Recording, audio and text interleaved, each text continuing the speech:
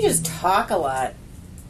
We just talk a lot, and we are very unedited with each other, and that probably helps everything. You know, I never feel like there's any thought I have that's so stupid that I couldn't say it out loud to Janet. I honestly think that's the biggest enemy of creativity, is people being afraid to say something out loud. So that probably has always been at play in our relationship. We were always that comfortable to blurt it out. And Nancy bought a smart car, and that inspired others of our friends to buy smart cars. And that inspired me to, you know, get rid of various of my family members so that we could fit in a smart car, but it didn't work out. I think that's a really neat thing, and we're, you know, we all get greener as we get older, to wit Nancy's outfit. But so for me, I think in recent times, her incredibly intense commitment to environmental this and that is amazing to witness. I don't know if living longer makes you naturally more interested in trying to do good. I think we keep building on each other's thoughts on all our brands to see where we can dig out something good that the brands can do to add to their relevance. It just seems to be pretty easy these days to identify ways that people can find a good link to a cause or build on some good they're already doing. What makes us really excited to come to work every day is being able to dig out those things that make a brand more meaningful to people. Like if you're looking for a way to connect people with the brand, especially now, if that brand has some value outside of the thing that it sells, and I think that we do put a lot of energy into trying to figure out what that is, and because that's of a particular interest of ours. The way that the world is exploding into so many different media and channels and ways of connecting with people, we're always looking for new ways to talk and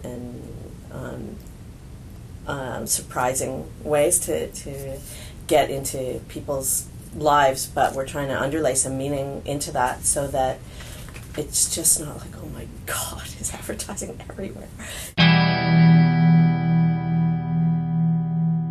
The play is an activation idea, and I think that Unilever was the big, here Dove was the place where the whole notion of activation started as a regular day job. They, in Canada, started to really want a lot of what they would call local market meaningful experience for their customer base. The team, Chris Stakishin and Nadine Prada, had a whole stack of ideas for ways that women could get more involved with the brand in an actual sense, and the play was one of them. And we just thought it was a fantastic idea, and when I never actually thought that I'd have clients who would say, hey, let's do a play. Who's ever heard of such a thing? Our Judith Thompson, who is, if not the top dramatic playwright in Canada, certainly among them. Order of Canada winner, awards, the whole thing, and really an incredible advocate of all things women, and certainly I think what Judith is kind of the underclasses in society, which women shouldn't be, given how many of us there are. You asked, how can that be? That seems so random. How would that idea come up? It's a client that you really know when you start the creative process that they're open to anything, and I think that makes a big difference in how a team, where they go.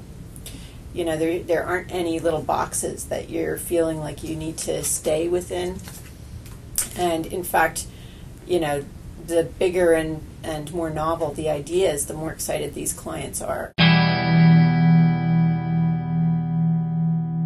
We we started hearing how 5 or 6 or 7 years ago the 30-second commercial is dead, and we all went, what does that mean? We've been hearing that for 20 years, forever, really. and we're like, what's that mean? Like, honestly, I would say for myself, I did not, the first time that I went to a talk where somebody really talked about that in detail, I didn't even have a, what are you smoking? It was almost like he was speaking a foreign language. I thought, well, there's an interesting concept, and I don't understand it.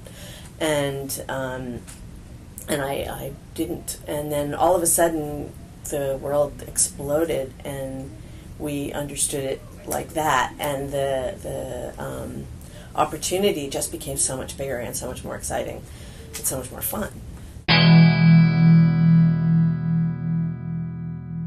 Hunter Somerville, who had that idea, he was working on just a little project, which was to say that Shreddies had a new box, which looked virtually just like the old box, in my opinion.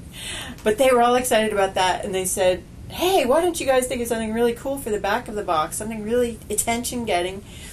And so he was working on that project, and he wasn't invited to the table initially to think about the bigger campaign idea that we were asked to crack, to make people think about Shreddies, because it had gotten kind of forgotten after not advertising for a long time.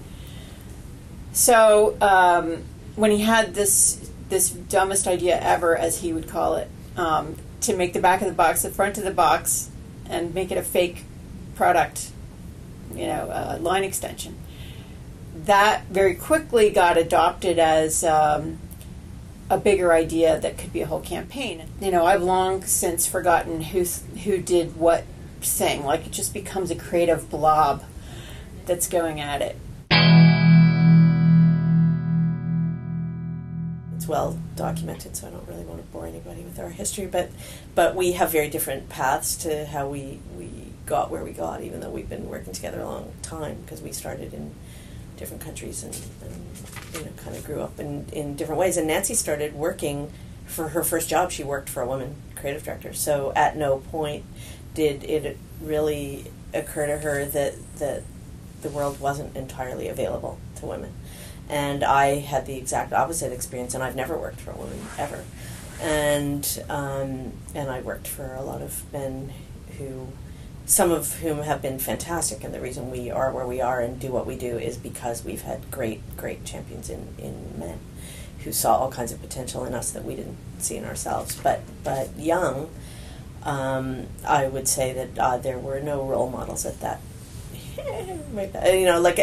Horribly, it's not even that long ago. I mean, I think it's getting better, and in the sense that the more women there are in positions of responsibility, the greater shot there is for networking among women, which is one of the things that men have, is networks, and women get to a certain age and they do their jobs and go home and make dinner, and just because they tend to have dual work.